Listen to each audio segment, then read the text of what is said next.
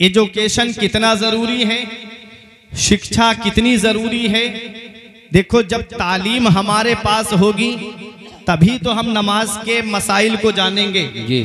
अगर तालीम हमारे पास होगी तभी तो हम रोज़े की फ़र्जियत और उसके लवाज़िमात को जानेंगे। अगर तालीम हमारे पास होगी, इल्म हमारे पास होगा, तभी तो हम ज़कात के मसाइल को समझेंगे। अगर इल्म हमारे पास होगा तभी तो हम हज के अरकान को जानेंगे। तालीम जब हमारे पास होगी तभी तो हम पड़ोसियों के हुकूक को पहचानेंगे। तालीम जब हमारे पास होगी तभी तो हम उलमा के मर्तबे को पहचानेंगे। तालीम जब हमारे पास होगी तभी तो हम हुफ्फाज के दर्जे को पहचानेंगे। तालीम जब हमारे पास होगी तभी तो हम अपने मदरसे के मुदर्रिसीन की अजमत को जानेंगे। तालीम जब हमारे पास होगी तभी तो हम अपनी मस्जिदों के इमामों के मर्तबों को पहचानेंगे। आज तालीम से हम दूर हो गए, एजुकेशन से हम दूर हो गए, शिक्षा से हम दूर हो गए। सेक्टर ब्यूरो की रिपोर्ट के मुताबिक तकरीबन 95% मुसलमान तालीम याफ्ता नहीं है। जरा सोचने वाली बात है कि जिस कौम के पैगंबर पर सबसे पहली वही नाजिल हुई तो हुक्म दिया गया पढ़िए।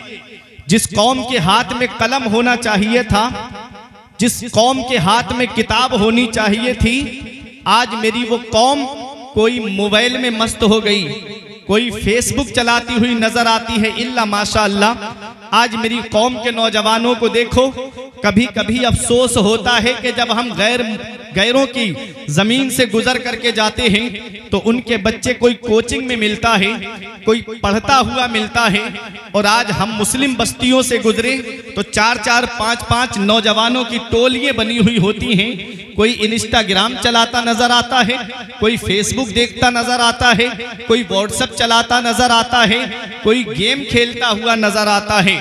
ये हालात आज हमारी कौम के होते जा रहे हैं। जिस कौम के पास में तालीम होनी चाहिए, जिस कौम के हाथ में कलम होना चाहिए, जिस कौम के हाथ में किताब होनी चाहिए, तुम जानते हो मेरे आका हुजूर सल्लल्लाहु ताला अलैहि वसल्लम के दौर में कितने लोग लिखना और पढ़ना जानते थे। मक्के की सरजमीन पर ये उलमाए किराम तशरीफ फरमा है, ये सब मेरे सर का ताज है, मेरी रहनुमाई फरमाएंगे।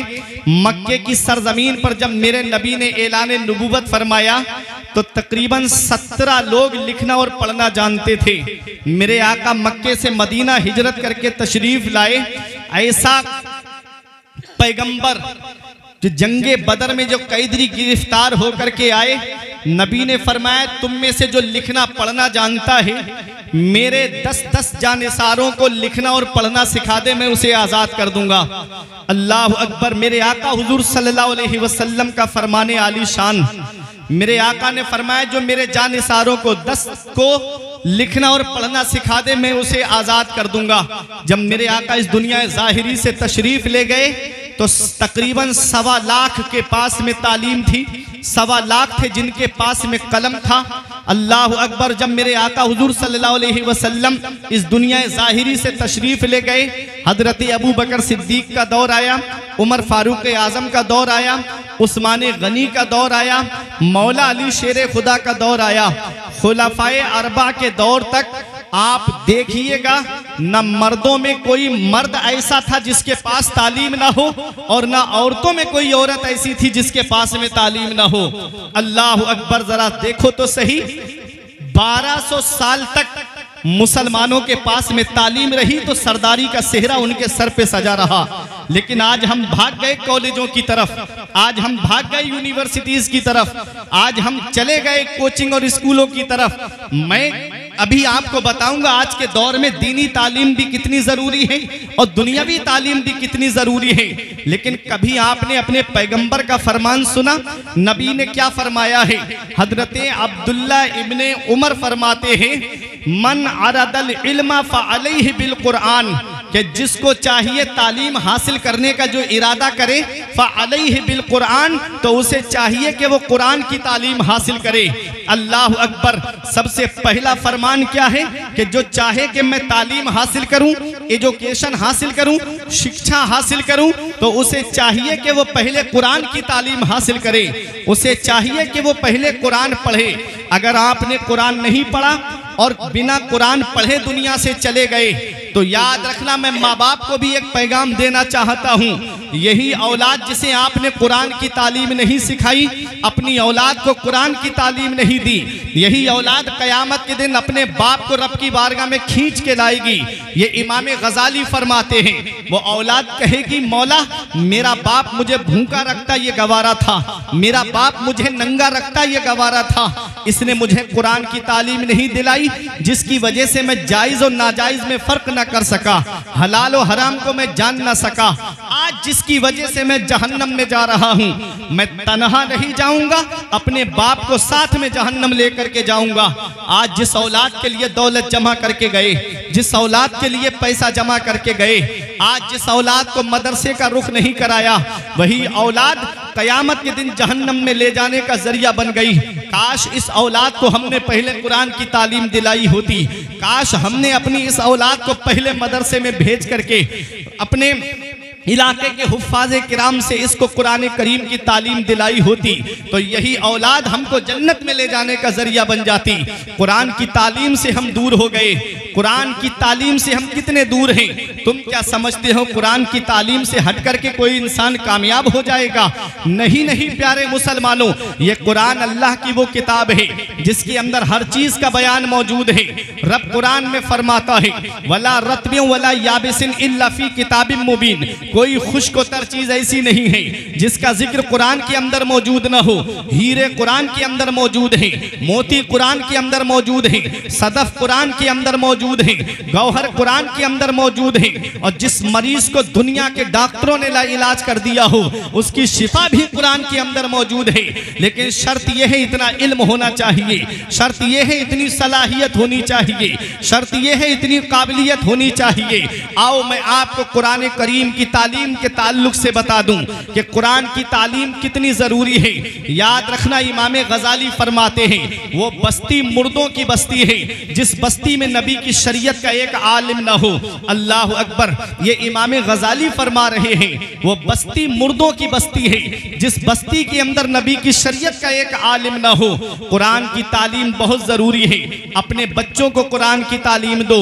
देखो हदीस पाक भी है, नबी फरमाते हैं, अद्दिबू औलादकुम अला सलासे खिसाल, अपनी औलाद को 3 बातें सिखाओ। हुब्बे नबीकुम, उनके दिल में नबी की मोहब्बत डाल दो। वह हुब्बे अहले बैती, नबी फरमाते और मेरे अहले बैत की मोहब्बत उनके दिल में डाल दो। और तीसरी बात नबी ने फरमाई व क़िराअतिल कुरान, और अपनी औलाद को कुरान पढ़ना सिखाओ। हजरात ये कुरान है क्या? अब उलमा की तवज्जो में चाहता हूँ। कुरान वो अल्लाह की किताब है। कुरान जब मक्के की सरजमीन पर नाजिल हुआ, नबी ने कुरान पढ़ करके अपनी कौम के सामने जब सुनाया, तो मक्के के लोग अरबी जानते थे, गोया कि वो अरबी में कलाम करते थे, फिल वदी अशार कह दिया करते थे। उनकी अरबी दानी का कोई जवाब नहीं था। जब नबी ने कुरान पढ़ करके सुनाया तो आपस में कुफ्फारे मक्का कहने लगे, मोहम्मद अपने हुजरे में बैठ के चंद अरबी के जुमले जोड़ करके हमारे सामने ला करके सुना करके कहते हैं कि ये खुदा का कलाम है। अगर कुरान खुदा का कलाम होता तो ये किसी और जुबान में नाजिल होता, ये तो हमारी ही जुबान में नाजिल हुआ है। अल्लाह अकबर। जब कुफ्फारे मक्का ने ये कहा कि ये अल्लाह का कलाम नहीं बल्कि तुम्हारा अपना बनाया हुआ है, तो सुनो 3 चैलेंज दिए गए थे कुफ्फारे मक्का को। पहला चैलेंज 15वें पारे में है।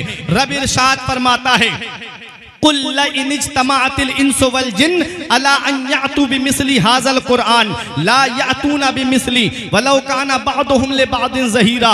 रब फरमाता है, ए महबूब, ये जो कह रहे हैं कि ये अल्लाह का कलाम नहीं बल्कि आपने बनाया है, तो इनसे कह दो कि तमाम इंसान और तमाम जिन्न मिलकर के इस बात पे जमा हो जाएं, अला अन यातू बिमिस्ली हाज़ल कुरान, इस कुरान की मिस्ल लाने पे जमा हो जाएं। ला यातूना बिमिस्ली, वो हरगिज नहीं ला पाएंगे। वलो काना बादुहुम लिबादिन ज़हीरा, अगरचे उनमें का बाज का ताउन क्यों ना करे, बाज की मदद क्यों ना करे, वो हरगिज कुरान की मिसल नहीं ला पाएंगे। जब नबी ने ये आयत करीमा पढ़ के सुनाई, कुफारे मक्का खामोश हो गए, उनका नातिका बंद हो गया, उनके मुंह से कोई आवाज तक नहीं निकली। तो चैलेंज और हल्का कर दिया गया। अब 11वें पारे में रब ने दूसरा चैलेंज दिया है। आओ देखो, रब इरशाद फरमाता है, महबूब ये पूरे कुरान की मिसल क्या ला पाएंगे? आप इनसे कह दो कि कुरान में 114 सूरतें हैं, 10 सूरतों की मिसल बना करके ले आओ। कुल फ़अतू बिअश्रि सुवरिन मिस्लिही मुफ्तरायात, 10 सूरतों की मिसल बना करके ले आओ। जब नबी ने यह चैलेंज पढ़ करके सुनाया, तब भी कुफारे मक्का ना बोल सके। अब चैलेंज और हल्का कर दिया गया। पैगंबर एक सीढ़ी और नीचे तशरीफ ले आए। नबी ने इरशाद फरमाया, रब ने आयत करीमा नाजिल फरमाई। अब पहले पारे में जो है नबी ने पढ़ करके सुनाई, व इन कुंतुम फी रैबिम मिम्मा नज़्ज़लना अला अब्दिना फ़अतू बिसूरतिम मिन मिस्लिही वदउ शुहदाअकुम मिन दूनिल्लाह इन कुंतुम सादिकीन। मेरे आका ने जब पढ़ करके ये आयत करीमा सुनाई कि कुरान के अंदर 114 सूरतें हैं, उनमें से एक सूरत की मिसल बना करके ले आओ। सबसे छोटी सूरत कुरान के अंदर सूरह कौसर है, उसको लिख करके खाना काबा की दीवार पे टकवा दिया गया। ये हुक्म दे दिया गया, जो चाहे इसकी मिसल बना करके ले आए। तारीख बताती है, जब नबी करीम ने वो सूरत सूरह कौसर को खाना काबा की दीवार पर टकवा दिया, कुफारे मक्का आते और उसको पढ़ते और मुंह दबा करके चले जाते। एक बहुत बड़ा शायर था, उसको पकड़ करके लाए और कहा, अगर तूने इसकी मिसल बना दिया तो हम सीना तान के कहेंगे मोहम्मद से कि देखो ये तुम्हारा अपना बनाया हुआ कलाम है, ये खुदा का कलाम नहीं है। जब सूरह कौसर को उस शायर ने पढ़ा, तारीख में उसका नाम गालिबन इमराउल कैस मिलता है। जब उसने उसको पढ़ा और पढ़ करके जब पढ़ा इन्ना अतैना कल कौसर, तो बेसाख्ता पुकार के कहता है, हाजल कलामो लैसा बेबशर, ये कलाम किसी इंसान का नहीं है बल्कि ये खुदा का कलाम है। कुफारे मक्का खामोश हो गए। मेरा ईमान पुकार के कहता है, तेरे आगे यूं है दबे लचे फुसहा अरब के बड़े बड़े, तेरे आगे यूं है दबे लचे फुसहा अरब के बड़े बड़े, कोई जाने के मुंह में जुबान नहीं बल्कि जिस्मों में जान नहीं। सुभान अल्लाह। नारे तकबीर, नारे रिसालत, नारे गौसियत, मसलके आला हजरत, फैज़ान आला हजरत मौलाना फुरकान रज़ा साहब मंजरी, जश्न दस्तार बंदी। सुभान अल्लाह। तो ये कुरान है, कुरान मक्के में नाजिल हुआ है, कुरान मदीने शरीफ में नाजिल हुआ है। आज दुनिया का जायजा लीजिए, कुरान पूरी दुनिया में है। आओ जरा देखो तो सही। और किताबों को जब आप देखेंगे तो किताब जो है वो एक लैंग्वेज में मिलेगी या 2 में मिलेगी, लेकिन मेरे कुरान की शान तो देखिए, कुरान के कितने तर्जमे किए गए हैं। कुरान का तर्जमा आपको हर जुबान में मिल जाएगा। इंग्लिश में भी कुरान का तर्जमा आपको मिल जाएगा, उर्दू में भी कुरान का तर्जमा आपको मिल जाएगा, जापानी में भी आपको कुरान का तर्जमा मिल जाएगा, चाइनीज में भी आपको कुरान का तर्जमा मिल जाएगा, मराठी में भी आपको कुरान का तर्जमा मिल जाएगा। ये लैंग्वेज गिनाना मेरा मकसद नहीं है, ये बताना मेरा मकसद है कि हर जुबान की जरूरत कुरान है, हर इलाके की जरूरत कुरान है, हर जगह की जरूरत कुरान है। ये हमारा कुरान ही तो है, इस कुरान के अंदर हर चीज का बयान मौजूद है। अब आओ अपने ज़हन को करीब करो। इमाम गजाली की बारगाह में एक गैर मुस्लिम आता है और आकर के एक सवाल करता है, ए इमाम गजाली, कुरान में फरमान है रब का, वला रत्बिन वला याबिसिन इल्ला फी किताबिन मुबीन, कोई खुश्क-ओ-तर चीज ऐसी नहीं है जिसका जिक्र कुरान के अंदर मौजूद ना हो। ये तुम भी दावा करते हो, कुरान में भी ये दावा है। आपने फरमाया बेशक रब का फरमान हक है। उसने कहा तो मुझे एक बात बताइए, मैंने तुम्हारा कुरान पढ़ा है और मैंने उसके अंदर सितारों की चाल का जिक्र पढ़ा है। अब इन उलमा की तवज्जो चाहता हूँ। कहा कि मैंने कुरान पढ़ा और मैंने उसमें सितारों की चाल का जिक्र पढ़ा है। देखो ये मुसलमान नहीं गैर मुस्लिम इमाम गजाली से सवाल कर रहा है। आज हम कुरान पढ़ते हैं तो कुरान को रस्मी तौर पे पढ़ते हैं। किसी के यहाँ पर इंतकाल हो गया तब हम कुरान पढ़ते हैं। किसी के यहाँ किसी ने मकान बनाया, कुरान खानी कराई, तब वहाँ कुरान की हम तिलावत कर देते हैं। कोई नई गाड़ी खरीद करके लाया या किसी ने दुकान खोली, वहाँ थोड़ी देर कुरान की तिलावत कर देते हैं। आओ देखो ये गैर मुस्लिम है, कहता है मैंने कुरान को पढ़ा तो मैंने उसमें सितारों की चाल का जिक्र पढ़ा है। अल्लाह अकबर, हैरत में पड़ गए इमाम गजाली, ये गैर मुस्लिम है और मुझसे इतनी गहराई की बात पूछ रहा है कि कुरान में सितारों की चाल का जिक्र है। आपने फरमाया कौन सी सूरत में तूने पढ़ा? उसने कहा मैंने सूरह यासीन शरीफ में पढ़ा। फरमाया कौन सी आयत में? उसने कहा कि कुल्लुन फी फलकिन यस्बहून। मैंने इस आयत में इसका मतलब पढ़ा है, हर चीज आसमान में तैर रही है, हर चीज आसमान में चल रही है। कुल्लुन फी फलकिन यस्बहून। इमाम गजाली हैरत से उसका चेहरा देख रहे हैं। ऐ लोगों, कुरान से रिश्ता मजबूत कर लो। कुरान वो अल्लाह की किताब है। मौला अली शेर खुदा फरमाते हैं, जब मेरा दिल करता है कि मैं अपने रब से बातें करूं तो मैं नमाज पढ़ने लगता हूं, और जब मेरा दिल चाहता है मेरा रब मुझसे बातें करे तो मैं कुरान पढ़ने लगता हूं। कुरान अल्लाह का फरमान है, कुरान अल्लाह की किताब है।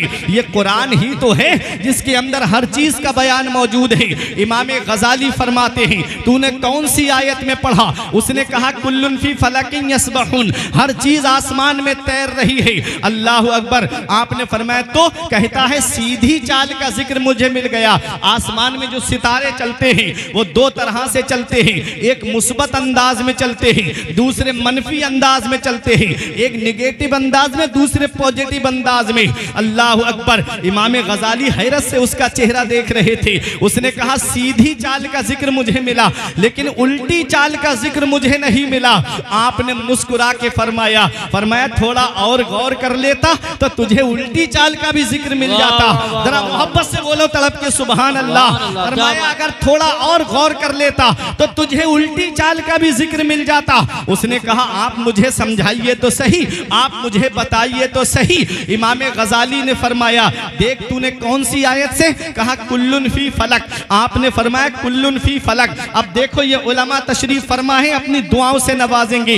अब कुल्लुन फी फलक को आप देखिएगा, कुल्लुन में पहला हर्फ काफ है, दूसरा हर्फ लाम है। अब फलक में पहला हर्फ फा है, दूसरा हर्फ लाम है, तीसरा हर्फ काफ है। अब फी में पहला हर्फ फा है, दूसरा हर्फ या है। अब देखिएगा, अपने जहन को करीब करिएगा, कुल्लुन फी फलक। अब इसको उल्टा करके पढ़िएगा। फलक में आखिरी हर्फ काफ है और बीच वाला हर्फ लाम है, मिला के क्या हुआ? कुल। अब फलक का बचा फा और इधर फी का बचा या, मिला करके हो गया फी। क्या हो गया? कुल्लुन फी।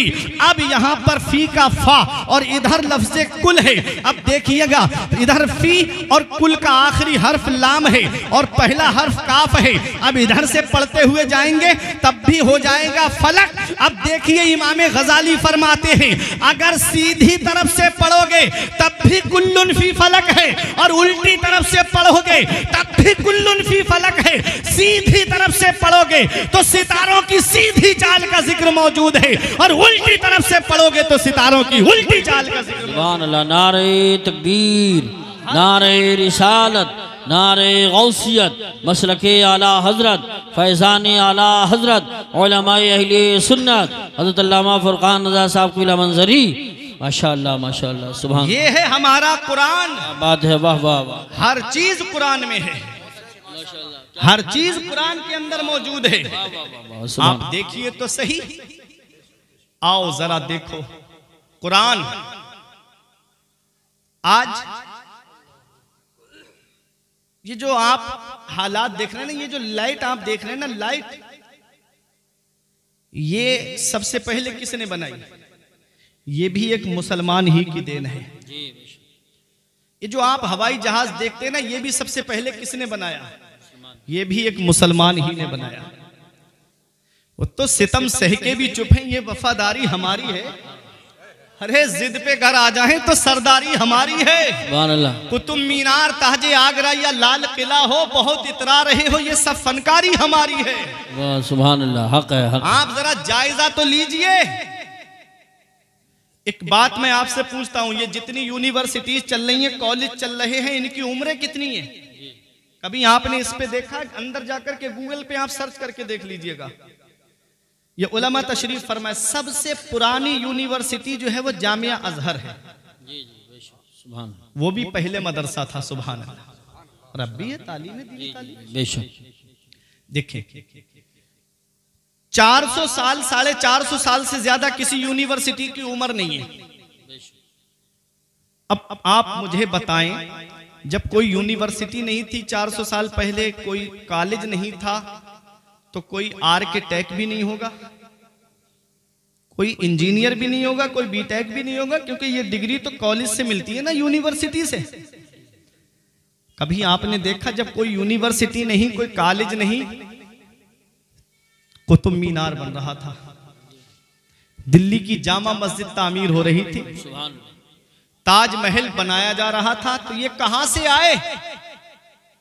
तो यही मदरसे की टूटी हुई चटाई पे बैठ करके कुरान की तिलावत करने वालों की देन है, जिन्होंने ऐसे अजूबे बनाए हैं कि आज तक दुनिया उसकी मिसाल न ला सकी। जी बेशक, हमारी सब फनकारी है, लेकिन हम भाग गए ना कॉलेज और यूनिवर्सिटी की तरफ। जी सही बात। आज मदरसों को हिकारत की निगाह से देखा जाता है, आज मदरसे में पढ़ने वालों को जिल्लत की निगाह से देखा जाता है। ये मदरसे तुम्हारे लिए सुतून की तरह हैं। बेशक, जिस दिन ये मदरसे बंद हो गए, मुसल्ले पे खड़ा होने के लिए इमाम तक नसीब नहीं होगा। सही बात। ये मदरसे इतने जरूरी हैं। अफसोस तो तब होता है कि ना, गैरों की तो नजरें थी ही मदरसों में, अब तो अपने भी खड़े हो गए। क्या जरूरत थी मदरसे की? अभी आपके मंसूरपुर है ना, ये अभी चौराहे पे कहीं शराब की दुकान खुल जाए, एक कोई ये नहीं कहेगा कि ये गलत हो रहा है। अभी 10 लोग जुआ खेलने लगे, बैठ के कोई देखेंगे, लेकिन देख के चले जाएंगे। अभी एक मदरसा और खुल जाए तो 4 खड़े हो जाएंगे। क्या जरूरत थी मदरसे की? क्या जरूरत थी? यहां पर बच्चे मस्जिद में पढ़ तो रहे थे, वही बहुत था। ये हालात आज हमारी कौम के हैं। अगर कोई दीन का काम करने के लिए आगे बढ़े तो बजाय उसका साथ देने के, उसकी टांग खींचने की हम कोशिश करते हैं। न संभलोगे तो मिट जाओगे हिंदी मुसलमानों, तुम्हारी दास्तां तक भी न होगी दास्तानों में। ये मदरसे हमारे लिए कितना जरूरी है, मैं अभी आपको बताता हूं। अपने जहन को करीब करो, ये कुरान पढ़ने वालों ही की देन है।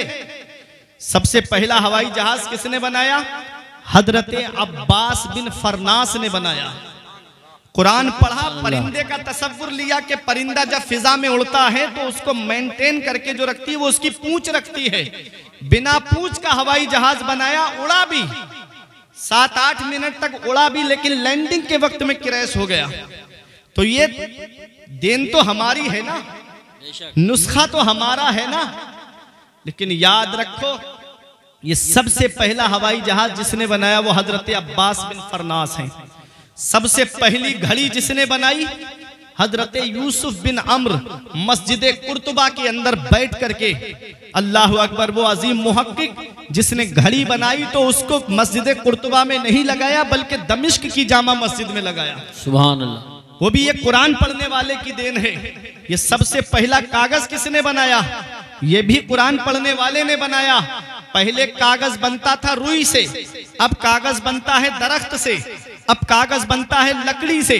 देखो, अब दरख्त को काटा जाता है और उसको छोटे पीस बना करके मशीन में डाला जाता है, केमिकल लगा करके उसको बारीक पीस दिया जाता है, उससे कागज बनता है। और जब ये कागज बन के तैयार होता है तो अपने अपने साइज में किताबें निकलती हैं। अब मैं दुनियावी तालीम और दीनी तालीम के ताल्लुक से आपको बता दूं, ये उलमा हुफ़ाज़ का मर्तबा तुम क्या जानो। आओ मैं आपको बताता हूं। जब कागज बन करके तैयार हुआ और उस कागज पर लिखा है छोटा आ बड़ा आ, या ABCD लिखी हुई है, बच्चे ने पढ़ा, पढ़ने के बाद आला डिग्रियां हासिल करके कोई जाकर के डॉक्टर बनता है, कोई इंजीनियर बनता है, कोई प्रोफेसर बनता है। वो किताब घर के अंदर रखी हुई है, उसको वालिद ने क्या किया, उस किताब को भंगार वाले के हाथ बेच दिया। अब वो किताब जिसने डॉक्टर बनाया, इंजीनियर बनाया, उसका क्या हाल होता है? भंगार वाले ने उसे दुकानदार के हाथ में बेच दिया। दुकानदार ने अपने साइज में उस किताब को काटा और किसी पे समोसा रख करके बेचा, किसी पे जलेबी रख करके बेची, किसी पे ब्रेड पकोड़ा रख करके बेचा। और खाने के बाद में आदमी उस कागज को जेब में नहीं रखता है, बल्कि वहीं डाल देता है। अब वो कागज नाली के पास में पड़ा हुआ है, कीचड़ से अटा हुआ है, कोई पैर रख के जा रहा है, कोई अपने कदम रख करके जा रहा है। ये हाल है दुनियावी तालीम का। जिसने डॉक्टर बनाया, बनने वाला एसी रूम में बैठा है, आईफोन चला रहा है और साथ में फॉर्च्यूनर कार है, आराम से बैठा है। बनने वाला एसी में और बनाने वाला नाली में पड़ा हुआ है। याद रखना मंसूरपुर माफी के जिंदा दिल मुसलमानों, ये उलमा अपनी दुआओं से नवाजेंगे। सेम मशीन है, सेम दरख्त है, सेम केमिकल है, सेम कागज है, लेकिन उस पर छोटा आ बड़ा आ लिखा हुआ नहीं है, बल्कि उस पे लिखा है बिस्मिल्लाहिर्रहमानिर्रहीम अल्हम्दुलिल्लाहि रब्बिल आलमीन। अब कोई आलिम फतवा नहीं देगा, कोई मुफ्ती फतवा नहीं देगा, कोई हाफिज उसके ताल्लुक से नहीं कहेगा। रब कुरान में हुक्म दे रहा है ला यमस्सुहु इल्लल मुताहरून, इसे छूना भी मत, जब तक वुजू ना हो इसे हाथ भी मत लगाना। अरे जब कागज पर कुरान लिख जाए तो कागज अजमत वाला हो जाए, तो जिन हाफिजों के सीने में कुरान के 30 पारे हैं उन हाफिजों के सीने का आलम। सुभान अल्लाह। नारे तकबीर, नारे रिसालत, नारे गौसियत, मसलके आला हजरत, फैज़ान आला हजरत, हुफ़ाज़ किराम, अज़मत कुरान, अज़मत इस्लाम, पैगाम हक़ कॉन्फ्रेंस, जश्न दस्तारबंदी, हज़रत मौलाना फुरकान रज़ा साहब मंजरी। सुभान अल्लाह। कागज पे कुरान लिख जाए तो कागज अजमत वाला हो जाए, तो जिन हाफिजों के सीने में कुरान के 30 पारे हैं उन हाफिजों के सीने का आलम क्या होगा, उनके मर्तबे का आलम क्या होगा, उनकी शान का आलम क्या होगा। इसीलिए एक पैगाम देता हूँ कि बख्शिश की राह मोमिनो आसान बना लो, अपने लिए निजात का सामान बना लो। दुनिया की किताबों पे नजर बाद में रखना, बच्चों को पहले हाफिजे कुरान बना लो। सुभान अल्लाह, माशाअल्लाह माशाअल्लाह। बहुत दुनिया की किताबों पे नजर बाद में रखना, बच्चों को पहले हाफिजे कुरान बना लो। सुभान अल्लाह। तो ये कुरान है, हर बाबा। चीज का बयान कुरान के अंदर मौजूद है,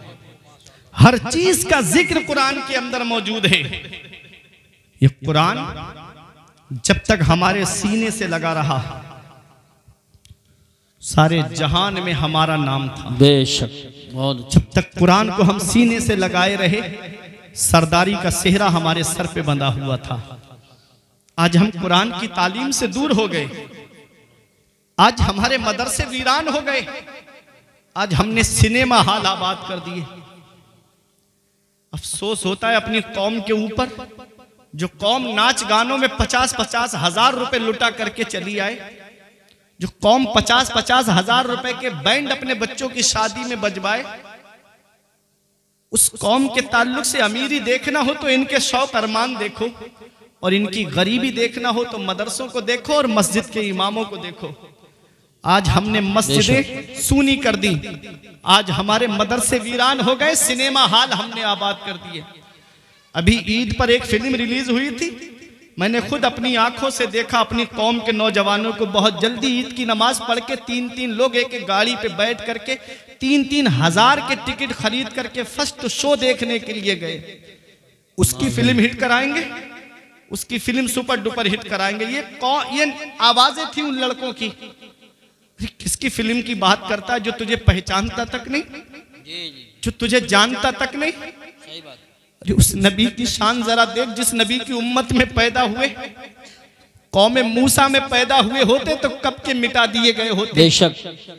कौम आद, कौम समूद में पैदा हुए होते तो कब के पहाड़ों से टकरा के मार दिए गए होते। सही बात। ये तो सदका है मदीने वाले मुस्तफा का कि अज़ाब को उठा लिया गया। मूसा अलैहिस्सलाम की कौम में अगर कोई रात में गुनाह करता था तो सुबह को पेशानी पे लिखा होता था रात इसने ये गुनाह किया है। आज ऐसा कौन सा गुनाह है जो हमारे अंदर मौजूद नहीं है? अल्लाह अकबर। लेकिन फिर भी हमारी आंख से एक आंसू नहीं निकलता, फिर भी कभी खौफ खुदा से एक आंसू हमारा नहीं टपका। तुम क्या समझते हो जलसे में आ गए, एक बार हाथ उठा दिया तो जन्नत मिल जाएगी? जन्नत मिलना इतना आसान नहीं है जितना आज हमने सोच रखा है।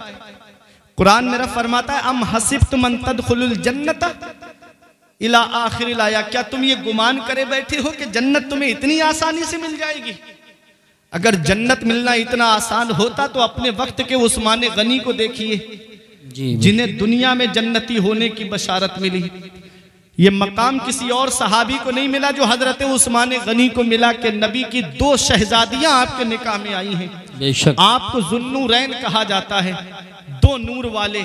वो हजरत उस्मान गनी गज़बे तबूक के मौके पे दिरहमो दीनार जब आपने नबी की बारगाह में ला करके रखे, उस वक्त जो दिरहम चलते थे तो एक ऊंचा ढेर लग गया था। नबी उन दिरहमों को उछालते जाते और दुआ देते, आज के बाद मेरा उस्मान नेकी ना भी करे तब भी जन्नत उसके ऊपर वाजिब हो गई। नारे तकबीर, नारे रिसालत, नारे गौसियत, मसलके आला हज़रत शायर अहले सुन्नत सद्दाम राही बस्तवी, उलमाए अहले सुन्नत, पैगाम हक़ कॉन्फ्रेंस। नारे तकबीर, नारे रिसालत। देखिए शायर साहिब किबला की आमद हो चुकी है। अब ज्यादा मैं आपका वक्त नहीं लूंगा, ये सिग्नल है क्योंकि प्रोग्राम वक्त पे खत्म करना है। जो भाई सामने खड़े हैं, क्या बैठ सकते हैं आप? अंदर आ जाए, अंदर कब तक? आप जलसा सुनने की नियत से घर से आए हो ना, कि हम मंसूरपुर माफी में जा रहे हैं, जलसा सुनेंगे, तो बैठ जाए आप।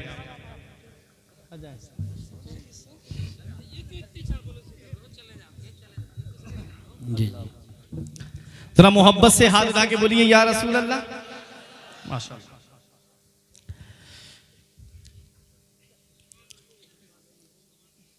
मेरे आका हुजूर सल्लल्लाहु ताला अलैहि वसल्लम को हमसे कितनी मोहब्बत है।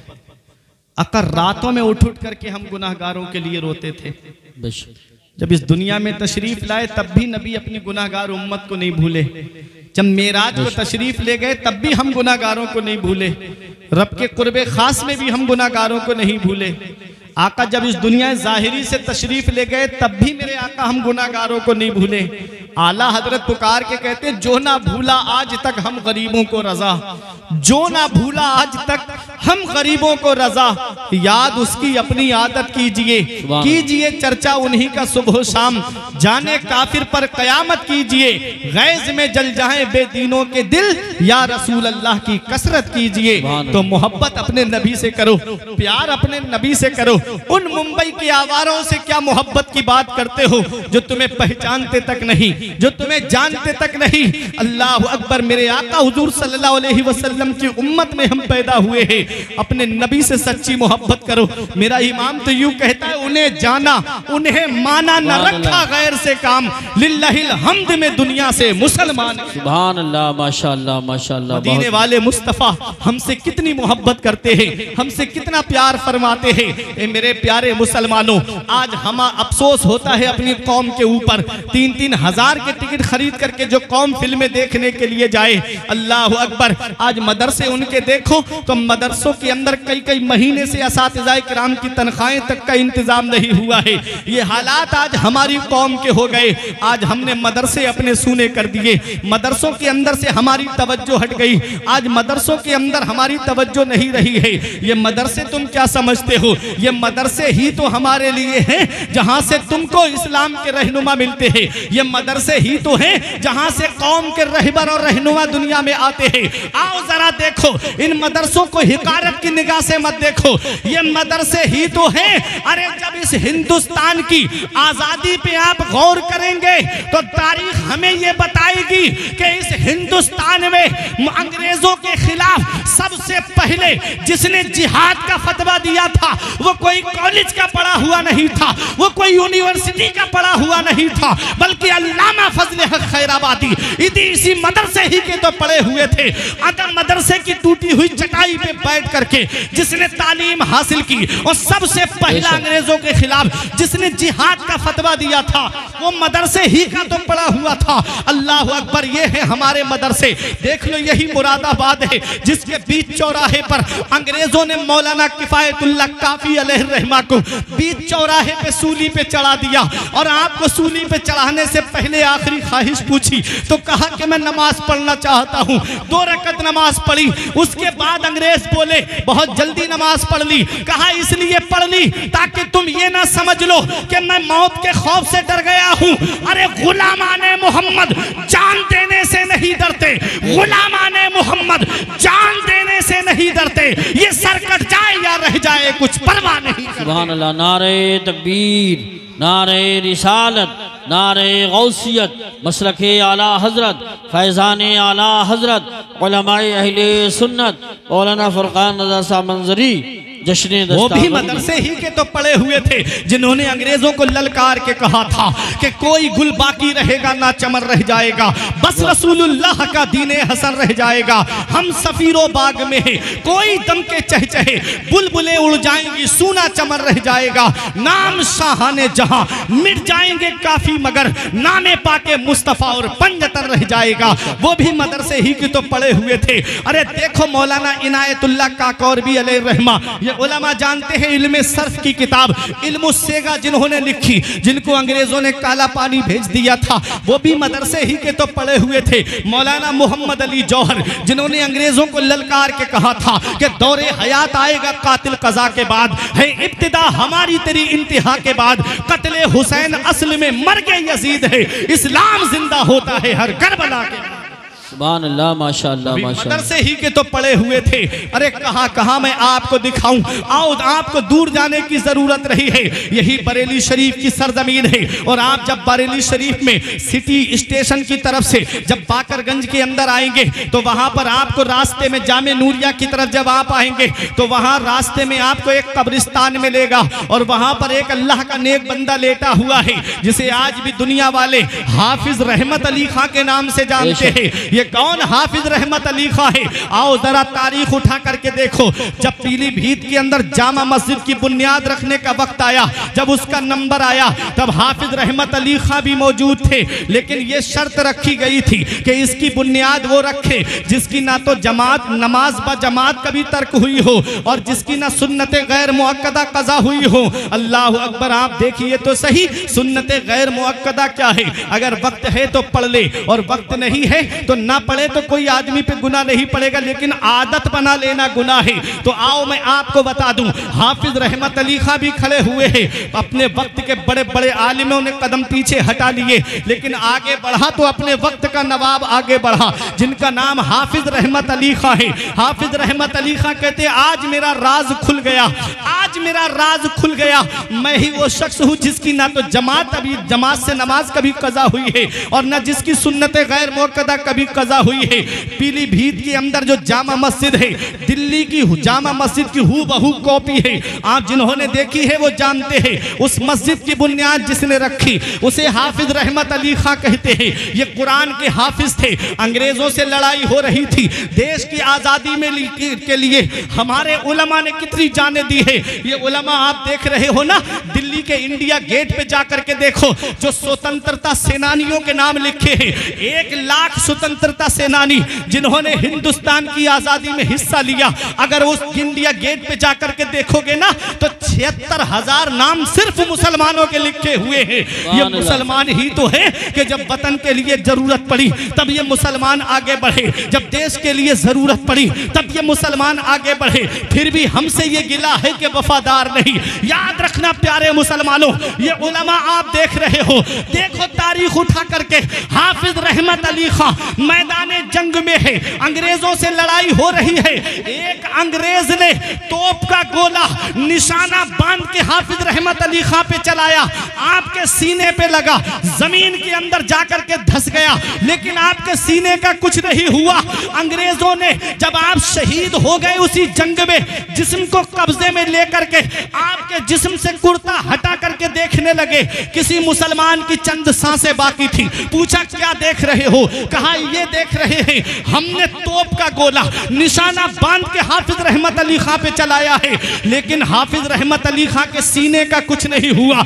वो तोप का गोला जो बस्ती में गिर जाए तो बस्तियां तबाह कर दे, जो कस्बे में गिर जाए तो नामो निशान मिटा दे, जो इलाके में गिर जाए तो बस्तियों का नामो निशान खत्म कर दे। इनके सीने का कुछ क्यों नहीं हुआ? ऐसी कौन सी बुलेट प्रूफ जैकेट इन्होंने पहनी है? हम वो देख रहे हैं ताकि उसे हम भी इस्तेमाल करें।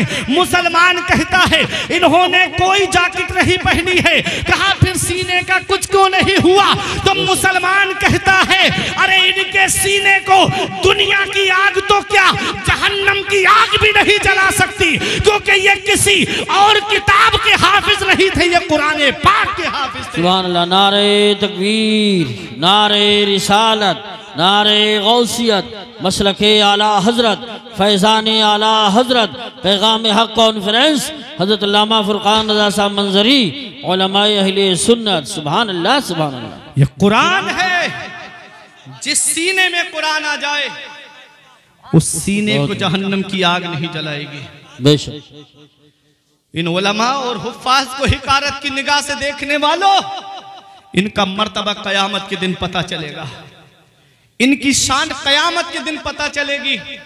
आओ मैं एक हदीस पाक सुनाता हूं आपको। मेरे आका इरशाद फरमाते हैं, युकालु ले साहिबिल कुरान इक़रा बरतकी वरत्तिल कमा कुंता तुरत्तिलु फिद दुनिया फ इन्ना मंजिलका इंदा आखिर आयतिन तक़रऊहा। मेरे आका फरमाते हैं, कयामत के दिन अल्लाह हाफिज कुरान को बुलाएगा, इरशाद फरमाएगा, इक़रा, कुरान की तिलावत कर। मोहब्बत से बोलो सुभान अल्लाह। सुभान अल्लाह। कुरान पढ़, ठहर ठहर के पढ़, सुभान अल्लाह। तजवीद के साथ पढ़। सुभान अल्लाह। यालमुन तहलमुन वाला नहीं, तजवीद के साथ पढ़। बेशक ठहर ठहर के पढ़, आराम आराम से पढ़। फ़इन्ना मंजिलका इंदा आखिर आयतिन तक़रऊहा। सुभान। बेशक तेरी मंजिल जन्नत में तेरी आखिरी आयत होगी। सुभान। अरे अब तो बोलो मोहब्बत से सुभान अल्लाह। सुभान। आखिरी आयत होगी, हाफिज पढ़ेगा बिस्मिल्लाहिर्रहमानिर्रहीम, जन्नत में एक दर्जा बुलंद हो जाएगा। पढ़ेगा अल्हम्दुलिल्लाहि रब्बिल आलमीन, 2 दर्जे बुलंद हो जाएगा। पढ़ेगा मालिकी यौमिद्दीन, 3 दर्जे बुलंद हो जाएगा। ये उलमा से आप पूछिए, ये बताएंगे आपको कि पूरे कुरान के अंदर 6666 आयतें हैं। जिन हुफ्फाज को, उलमा को हम हिकारत की निगाह से देखते हैं ना, इनका मर्तबा कयामत में पता चलेगा। ये आम आदमी से 6666 दर्जे बुलंद वाला होंगे। इनके मर्तबे को क्या जानो। आज हमारी कौम जो तबाही की तरफ जा रही है ना, इसकी वजह यही है कि आज हम अपने उलमा से दूर हो गए। जी जी जी बेशक। आज तो व्हाट्सएप पर, फेसबुक पे आदमी 5 मिनट में मुफ्ती बन जा रहा है। जी सही बात। 5 मिनट में जिन मसाइल को समझने के लिए इन्हें उलमा को 15 साल लग जाते हैं मदरसे में बैठ करके। बेशक। तब भी ऐसे ऐसे मसाइल हैं बहारे शरीयत में कि आज तक अक्सर का सहारा लेने के लिए और किताबों का सहारा लेना पड़ता है। जी जी बेशक। समझने के लिए। और ये साहब 5 मिनट की क्लिप देखी और व्हाट्सएप पे मुफ्ती बन गए। तुरंत जवाब। जो जिसका काम है उसी को जेबा देता है। कपड़ा सिलने वाले से मकान बनवाओ, क्या मकान बना देगा? मकान बनाने वाले को डॉक्टर साहब की दुकान में बिठा दो, लो इनका इलाज करो, क्या इलाज कर देगा? ये मसाइल बयान करना उलमा और मुफ्तियाने किराम का काम है। जी बेशक। इसलिए अगर कोई मसला आपको दरपेश आता है तो आप अपने उलमा के पास आइए कि हजरत इसका क्या जवाब होना चाहिए। आज इस मोबाइल ने कौम को उलमा से दूर कर दिया। आज इस मोबाइल ने कौम को अपने अकाबिरीन से दूर कर दिया। आज हम 2.5 घंटे की फिल्में बैठ करके देख लेते हैं, लेकिन 5 मिनट अपने आलिम के पास जाकर के नहीं बैठते। जी जी। आज IPL में कौम को देखो जाकर के, मेरे नौजवानों को 2-2 घंटे बैठ करके आप मैच देख लेंगे, लेकिन अपने आलिम के पास 10 मिनट नहीं बैठ सकते। ये हालात हैं आज हमारी कौम के। नबी फरमाते उगुदु आलिमन औ मुतअल्लिमन औ मुस्तमिअन औ मुहिब्बन फला तकुनिल खामिस फतहलिक।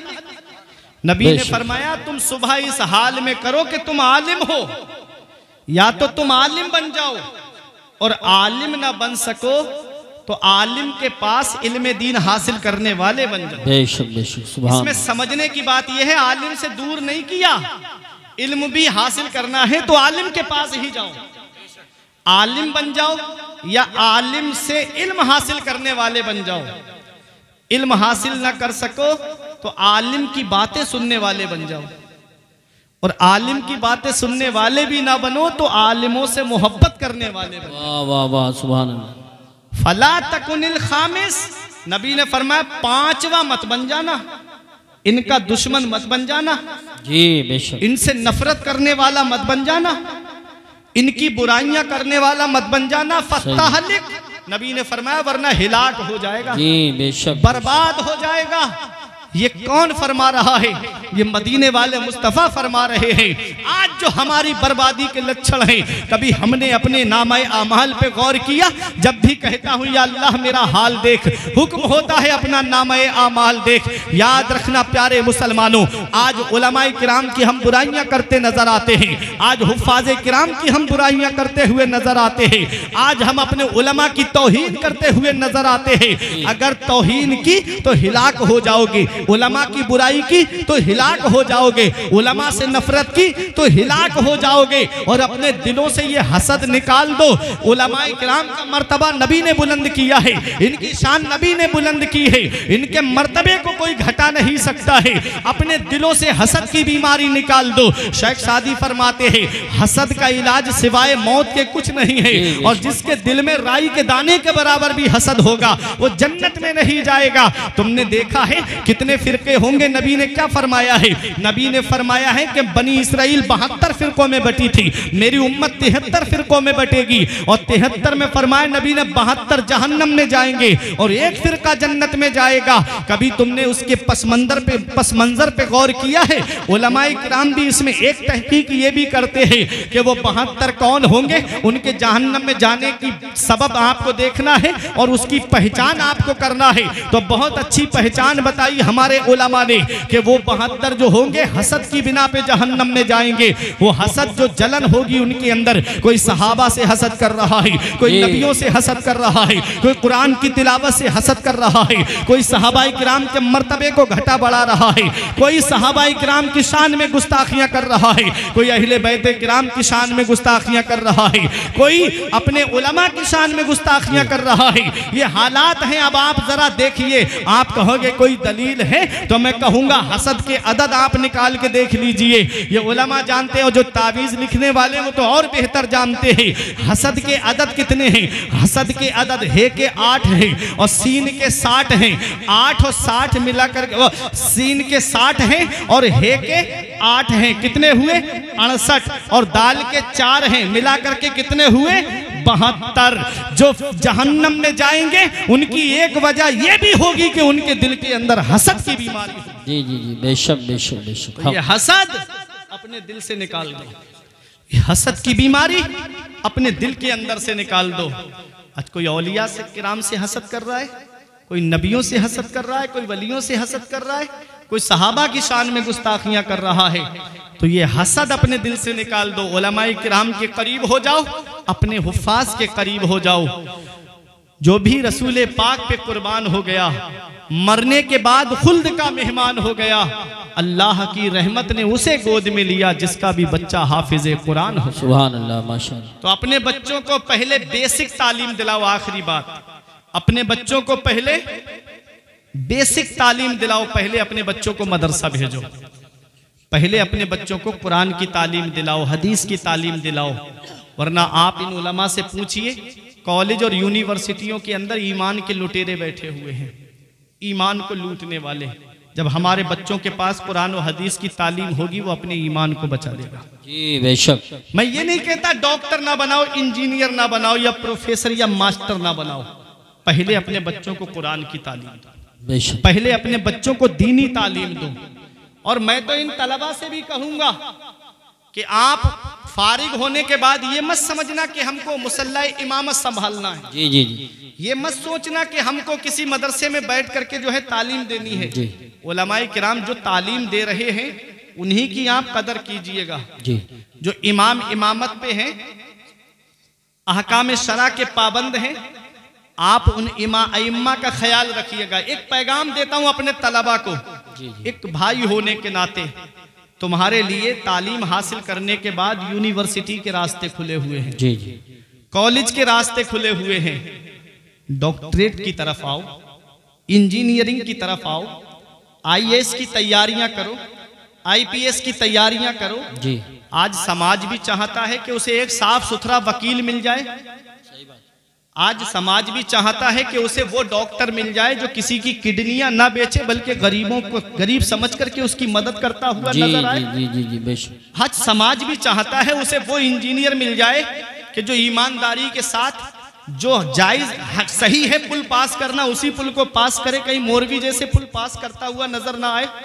आज कौम चाहती है कि उसे साफ सुथरा वकील मिल जाए, और इनसे अच्छा जो कुरान पढ़ करके आया हो, जो हदीस पढ़ करके आया हो, इनसे अच्छा कौन समझने वाला होगा। और मैं एक गुजारिश करूंगा, इन तलबा से अच्छा दिमाग किसके पास होगा, इन उलमा से अच्छा ज़हन किसके पास होगा, जो कुरान करीम को अपने सीने में महफूज कर ले। दुनिया के अंदर कोई किताब ऐसी नहीं है जिसे जुबानी याद किया जा सके, सिर्फ एक कुरान अल्लाह की ऐसी किताब है जिसे आप जुबानी याद कर सकते हैं। जो कुरान को हिफ्ज कर ले, अरे जो मंतिक और फलसफा को समझ ले, अरे जो फिका और उसूल फिका को जान ले, जो हदीस और उसूल हदीस को जान ले, इनसे अच्छा ज़हन किसके पास होगा, इनसे अच्छी सोच किसके पास में होगी। आओ, रास्ते खुले हुए हैं, इंजीनियरिंग की तरफ आओ, डॉक्टरेट की तरफ आओ, IAS की तैयारियां करो, IPS की तैयारियां करो। तुमने देखा नहीं है, आओ मैं आपको बताता हूं। आप कहोगे इनसे अच्छा ज़हन, तो मैं आपको बता दूं, 17 लाख हदीसें याद करने वाले हमारी जमात में मौजूद है।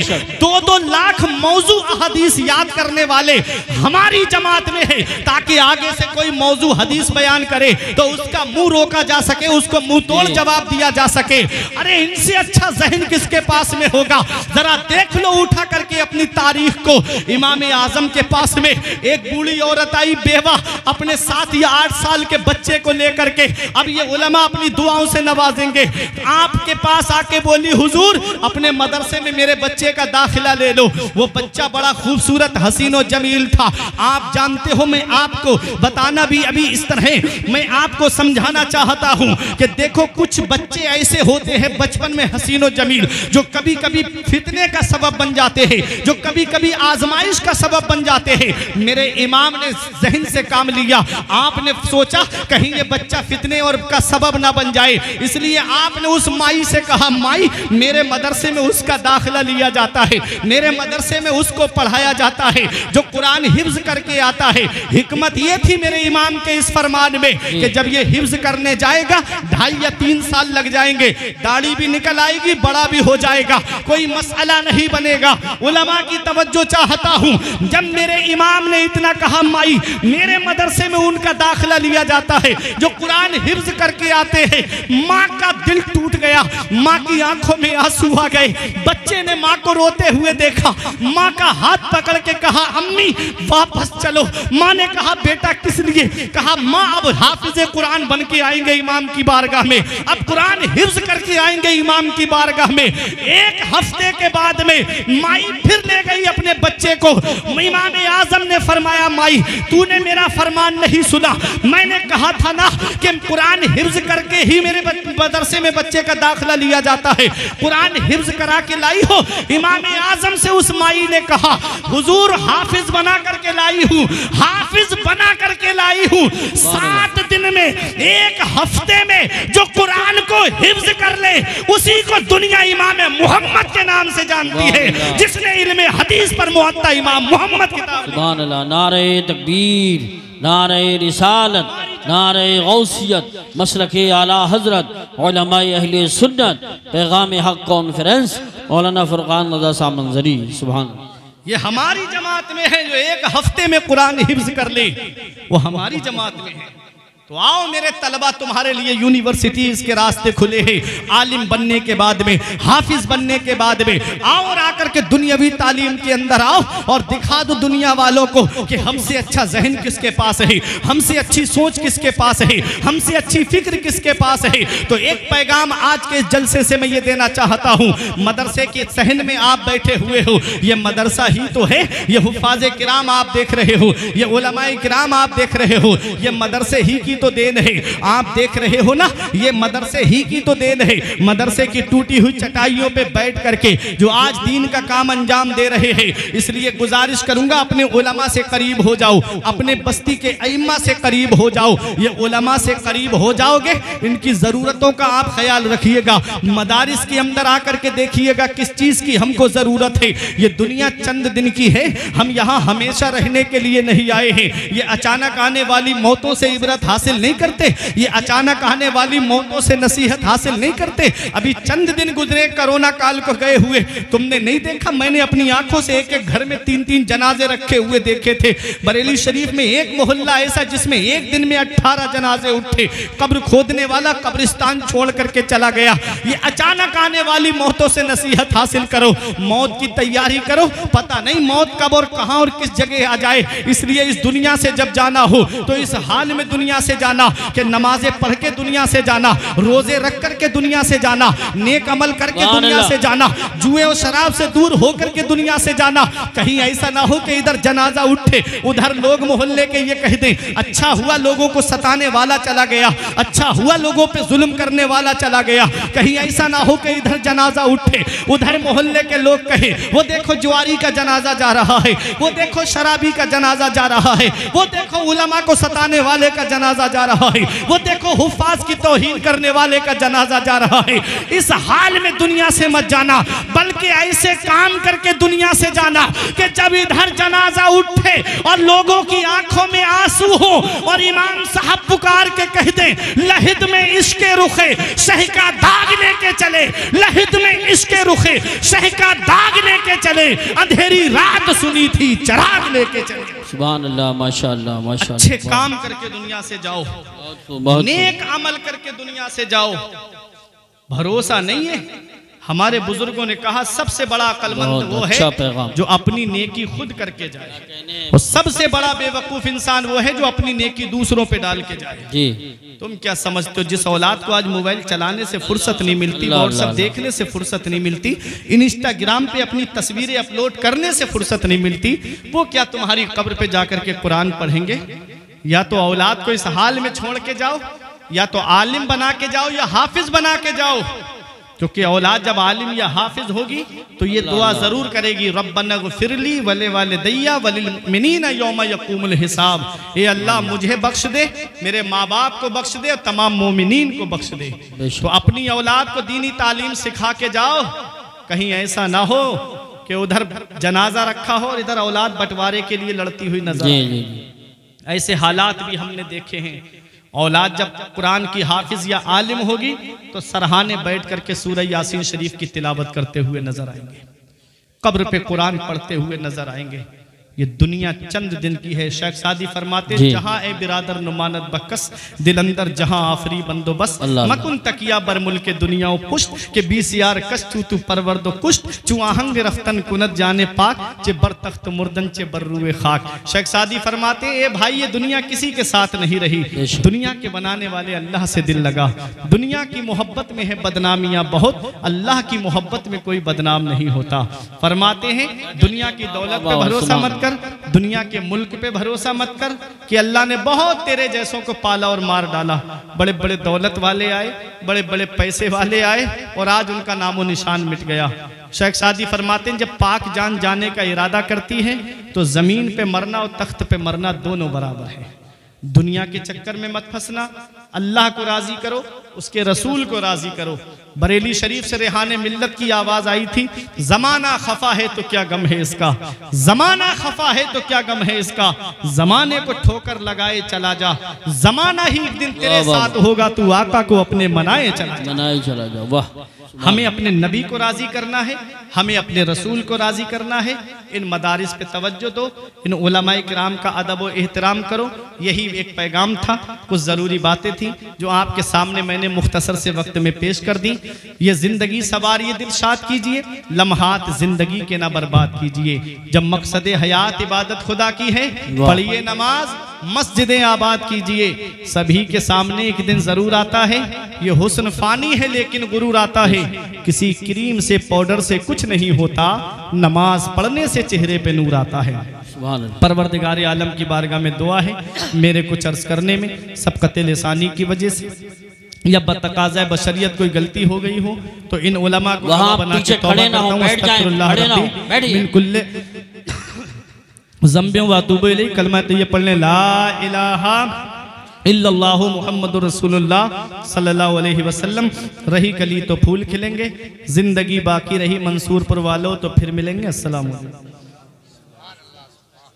हजरात बहुत अच्छी तकरीर अभी आपने सुनी। देखिए जो लोग वीडियो फोटोग्राफी के चक्कर में भीड़ लगाए हुए हैं, ये गलत बात है। जलसा लाखों में लाखों रुपया खर्च होता है। बैठ जाइए, आप बैठ जाइए। और जो हाफिज साहब की दस्तार हुई है वो भी फौरन आके बैठ जाएं, ज़्यादा वीडियो के चक्कर में ना पड़े। इसलिए सारा मजमा आपको देख रहा है, ये मामूली महफिल नहीं है। बैठिए मेरे भाई, पीछे जो खड़े हैं मेरे भाई बैठ जाएं, क्योंकि अच्छा काम है, दीनी काम है। और मौलाना फैज़ रज़ा अशरफी साहब कह रहे हैं जो मदरसे के तलबा हैं जिनकी दस्तार होना है वो भी आके बैठ जाएं चुपचाप, और जो बच्चे मदरसे के पढ़ने वाले हैं वो भी बैठ जाएं। हजरात इतना बड़ा स्टेज मौलाना फैज़ रज़ा अशरफी साहब पूरी कमेटी मुबारकबाद के मुस्तहिक है। आप बैठिए मेरे भाई, बैठ जाइए। जो पीछे खड़े हैं बैठ जाएं। बड़ी अच्छी तकरीर अभी आपने मौलाना फुरकान रज़ा मंजरी साहब की समाअत फरमाई। यहाँ से लेके यहाँ तक इतने बड़े बड़े उलमाए किराम, इलाकाई कई खतीब भी बैठे हैं, कई मुफ्तियान किराम भी हैं। तारुफ कराऊंगा, बहुत देर लगेगी। मुझे देखिए, मुझे देखिए, इस वक्त मुझे देखिए, मोहब्बत से जरा हाथ उठा के बोलिए सुभान अल्लाह।